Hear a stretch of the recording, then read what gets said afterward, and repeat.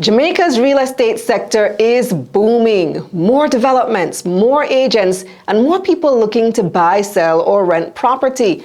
But with all this activity comes real risk, from unlicensed agents to scams and delayed developments. Knowing how the industry works isn't optional, it's essential. So today, we're going straight to the source. We're sitting down with the real estate board to break down how the sector is regulated, how to protect yourself, and what every buyer, seller, and investor needs to know. Joining us now is legal officer at the real estate board, Jared Johnson. Welcome back, Jared. Thank you so much. So first of all, explain the mandate of the real estate board. Who are you? What do you do? Right. So the real estate board, or the REB, as it's commonly known, is the primary regulator of real estate business throughout Jamaica.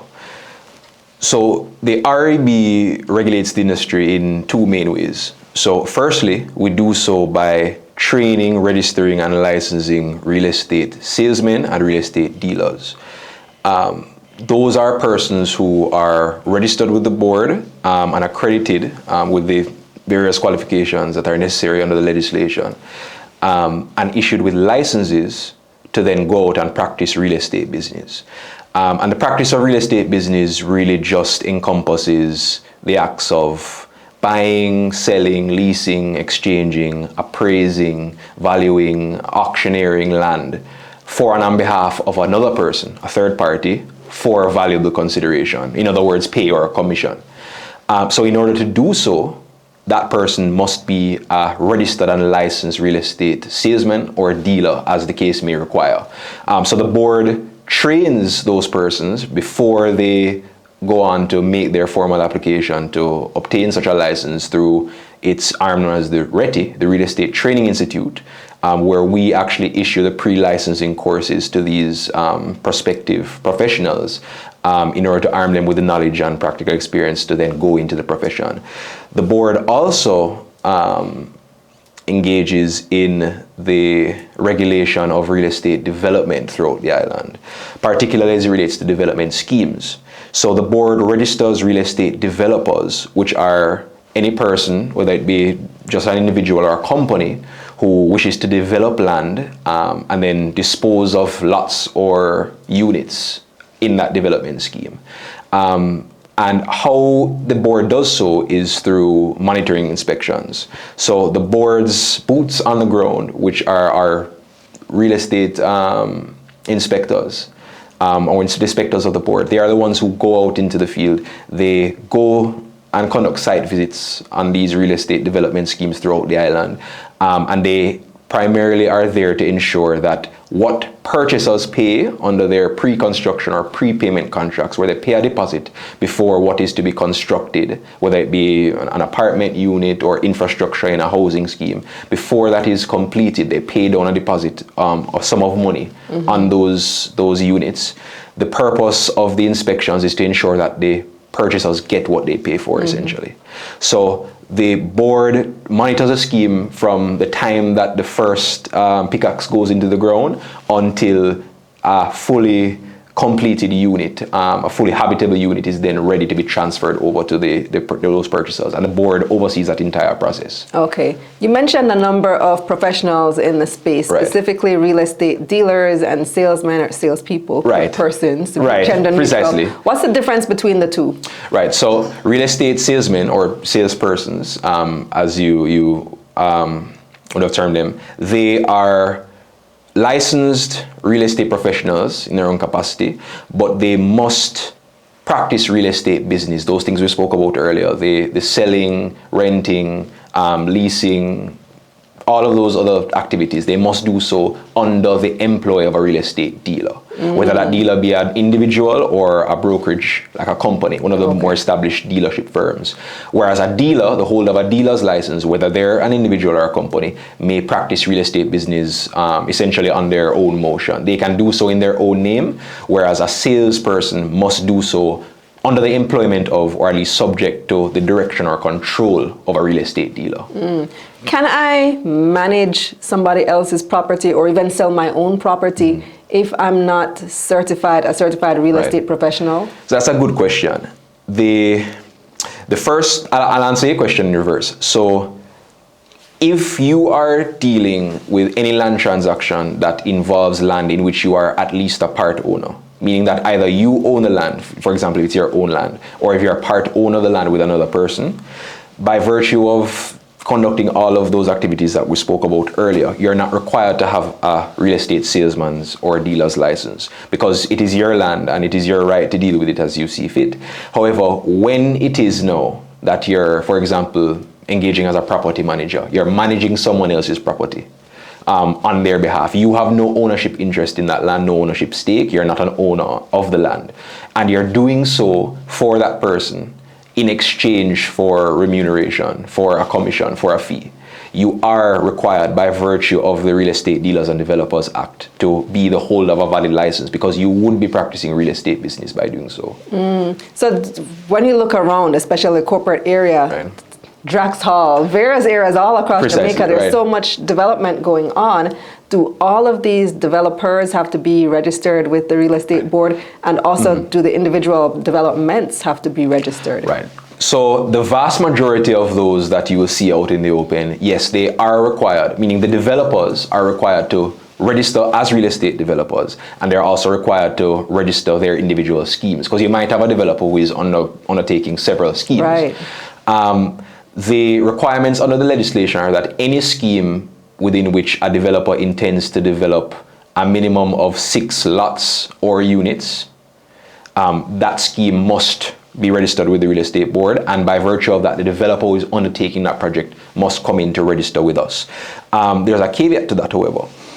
Irrespective of the size of the development, even if it falls below the threshold, if a developer wishes to enter into prepayment contracts or pre-construction contracts as they're known, meaning they're going to take deposits from prospective purchasers before what they are promising to build under the contract has been put into the ground and has been completed, and they're going to use those deposits in the scheme, they are required to register with the real estate board as a developer, irrespective of the size of the scheme. Ah, okay. So let's talk about the licenses. So Right. we know that you have to be licensed if you are going to practice real estate, for lack of a better term. Precisely. How often do you need to renew those licenses, and what's that process like? So it is an annual process. So on or before the 1st of April in each year, which coincides with the government of Jamaica's fiscal year, each real estate dealer or salesman has to pay the requisite renewal fee for their license to be issued with a license for that particular year.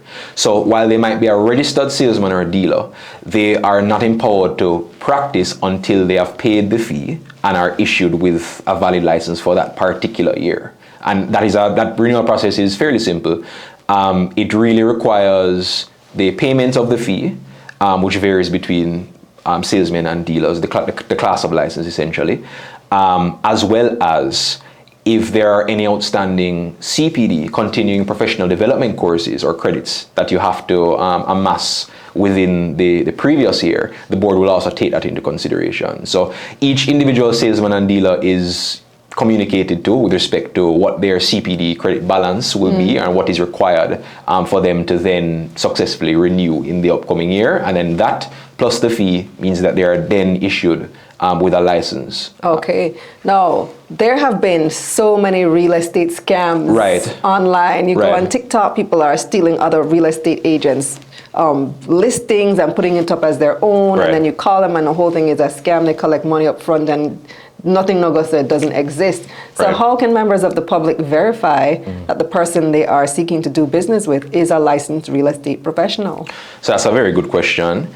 The very first thing that I would recommend to any person who is going to be engaging, with someone out in the open who identifies themselves as a real estate salesman or dealer, ask to be presented with their license. Each salesman and dealer, should have a copy of their license, ready and available to present to you. But if you want to verify on your own, you can actually check the REB's register of real estate salesmen and dealers. Any person can come and inspect the register. Where do you do that? Right, so you can come to us physically at 24 Trafalgar Road, Kingston 10, our head office, or you can go to our website, reb.gov.jm, where you can have, you can quite literally search a salesman or a dealer by their name, by their dealer or salesman number, as the case may be, their license number, and you'll be able to see their status to see if they're active, inactive, if they have renewed for that particular year, if they're in good standing. All of that will be on the board's register online. And what's the penalty for practicing without a license? The penalties under the legislation, well, they vary depending on the court's discretion, because they are actually criminal penalties. So if it is, for example, that you are found guilty by a court of practicing real estate business as we defined earlier without being the holder of a valid license, you can face significant pecuniary penalties in the form of a fine subject to the court's discretion, or you can face up to 5 years imprisonment for such an infraction, or both. Ah, so you can go to jail. Precisely. You hear that, scammers? You can't go to jail. Right. And also to people who have experienced such a con, report it. Precisely. Because there are penalties. Right. So inspections are also a large part of your mandate. When you do inspections, what is it are you looking for, and what types of inspections do you do? Right. So the board primarily does monitoring inspections, and the purpose of those, as we alluded to earlier, is the inspectors are trying to, as best as possible, ascertain that what purchasers under prepayment contracts have contracted for, what they've paid their deposit for, that is what is going to be delivered to them as an end product. Now, when the board conducts its inspections, that is not the end-all be-all, because there are other government entities, other government bodies who also conduct inspections of development schemes. So for example, when it comes to the actual construction and adherence to the building codes, those are things that are dealt with by the local planning authorities, which are the municipal corporations. There are also environmental inspections that are conducted by the NEPA. But what happens in practice is that these government entities, the RAB, the municipal corporations, NEPA, all work synergistically, so that when there are infractions that perhaps one of our inspectors might be able to glean on their inspection, they might be able to see, for example, that something is amiss with respect to compliance to what was submitted to the parish council for building approval.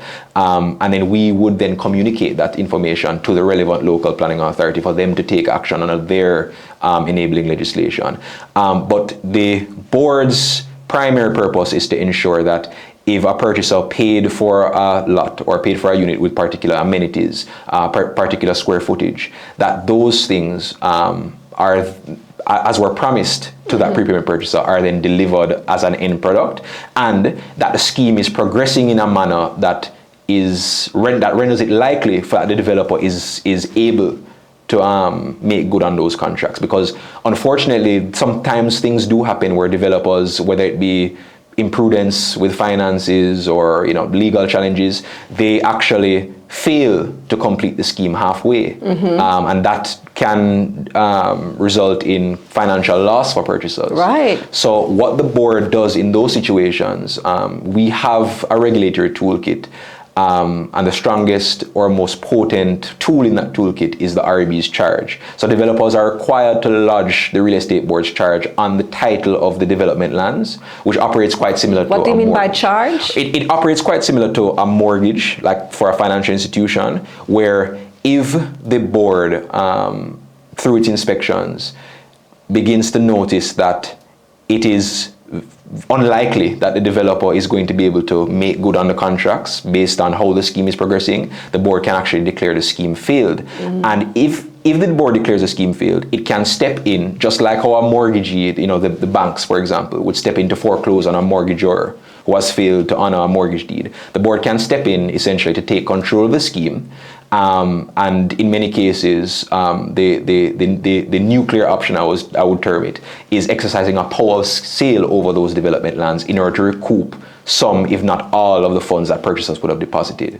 Because in those situations, the developer is likely to have actually used the deposits in the scheme. So how are you going to get that money back? Precisely. So usually the resale of the scheme of the development lands in the scheme, if there are any lands that are marketable, or the resale of the development to a new developer entirely for them to complete the scheme in order to then make those purchasers whole. That is what the board can exercise as its last resort when it is that there is a massive failure of the scheme that is completely untenable. All right, so that leads into the next question I was going to ask about when there are disputes arising between persons who are purchasing real estate and the developers, right? Precisely. So that's one situation that can happen. The units just aren't finished, the developer ran out of money, whatever it is. But it could also be that you bought a property, and after you bought the property, you realize there are defects. Precisely. So how can the real estate board intervene there? Right, so the board, being the primary regulator of all real estate professionals, to include real estate developers, we have the power to essentially convene a panel through which complaints that are formally received from persons who are particularly aggrieved by the conduct of a particular developer, they can be referred to that panel for further action or sanctions. But what I would say to members of the public is that if it is that you detect these sorts of breaches by virtue of your contract for sale with the developer, or if you see that there are certain defects which may render your unit uninhabitable, for example,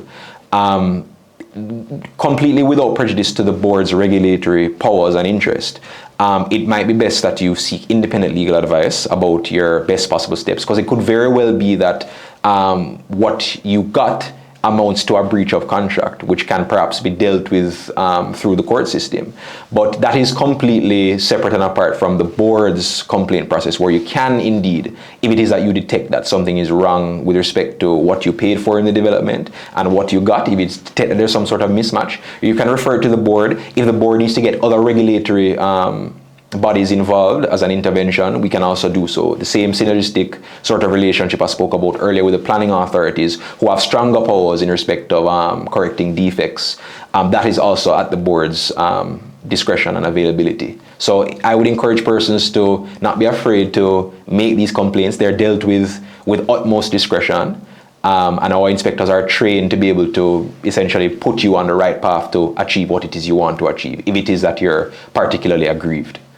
We spoke earlier a little bit about all the real estate scams that are out there. What steps can prospective buyers or renters take to protect themselves from these types of scams? Right, so what I would say is, the first thing, as best as possible, try not to conduct real estate transactions from a distance. So don't pay for something that you haven't seen. Now, I know the temptation might be there, especially with those scams on social media you referred to earlier. You see a beautiful property with a price tag that is simply too good to be true. You don't want it to slip away.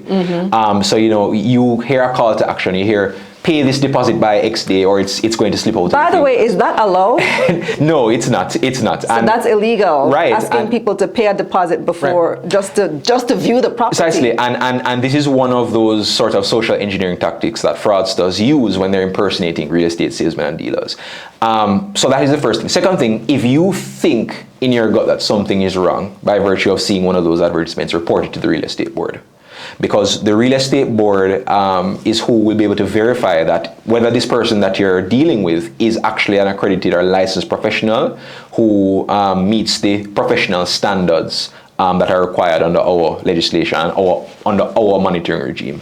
And if it comes to pass that that person is not a licensed or registered real estate salesman or dealer, report it to the relevant authorities. And certainly, if you yourself need to be sure that a person that you're dealing with out in the field is registered, you can always do so at a distance by checking our website at rb.gov.jm, which has essentially the digital register there at your fingertips, so that you can search a name, and if it doesn't show up, you know that something probably is wrong. So red flag, they're asking you to pay a deposit up front. Red flag, they're not registered with REB when you check the real estate website. Red flag, the price is just too good to be true. Precisely. Yeah. Right. Let's talk finally about another area involving bad actors in the industry, and this is money laundering. Precisely. So we hear AML, CFT all the time, anti-money laundering, countering the financing of terrorism. Right. Explain what that is and how it ties into real estate. So, to define anti-money laundering, perhaps it would serve us well to define money laundering. Right. So money laundering are all of those steps that bad actors do, criminals do, in order to disguise the source of criminal proceeds. So in other words, washing of money to make it appear legitimate, and so that it can then be integrated into the legitimate system. Now, the anti-money laundering regime in Jamaica is all of the steps that are taken by the relevant authorities to combat that practice in a real way. And the way that is primarily achieved under Jamaican law is through the POCA, the Proceeds of Crime Act. Under the POCA, there are certain designated non-financial institutions, which are persons and professionals institutions that are not banks, they're not deposit-taking institutions, but they do still have some sort of responsibility under the legislation to look out for certain red flags when it is that they're engaging in whatever their trade is. Real estate dealers and salesmen are one such designated non-financial institution. So anytime that a dealer or a salesman comes in contact with a suspicious transaction or a suspicious person with respect to a real estate transaction, they are required to have that extra level of scrutiny when dealing with that person and to report suspicious activity to the designated authority, which is the FID, the Financial Investigations Division. And in conjunction with that, the Real Estate Board, by virtue of a 2013 order under the POCA, is the competent authority who is there to issue regular guidelines to real estate dealers and salesmen as respects to anti-money laundering, so that we can be rest assured that our professionals out there in the wider Jamaican context are armed with the most recent and most up-to-date knowledge of the tactics that are used by these money launderers, so that they can see those red flags, detect them, and report them to the designated authority in a way that can actually combat this scourge. Yeah. What are some red flags that real estate professionals should look out for when in trying to avoid being complicit in money laundering? So there are plenty. Some of the more common ones, firstly, is the use of complicated methods to obscure who is the real beneficiary of the transaction. So for example, if you're approached as a real estate dealer or salesman to transfer or sell land or a property to a holding company or some trust in some foreign country without a legitimate or economic reason or explanation, that can perhaps be a red flag that could render the transaction suspicious. Additionally, if the persons that are involved in the transaction are unwilling to meet with you, they're always giving excuses, they don't want to meet face to face, they want to do everything at a distance, that could also be a red flag. That those persons are trying to use that sort of anonymity to avoid detection. Additionally, if there's a disproportionate injection of cash in the transaction, and I'm talking real cash, hundreds of millions of dollars without real explanation, that could perhaps be, one of the greatest signifiers that yes, this perhaps is one of those transactions that is suspicious under the anti-money laundering regime. Well, there are laws against that, right? So you can only do up to $1 million in cash. That is so, right. So under the POCA, there are transaction limits, and once there is a transaction that goes beyond that limit or is intended to go beyond that limit, you as a designated non-financial institution are required to then report it to the designated authority, which is the FID, for them to then come in and do an investigation.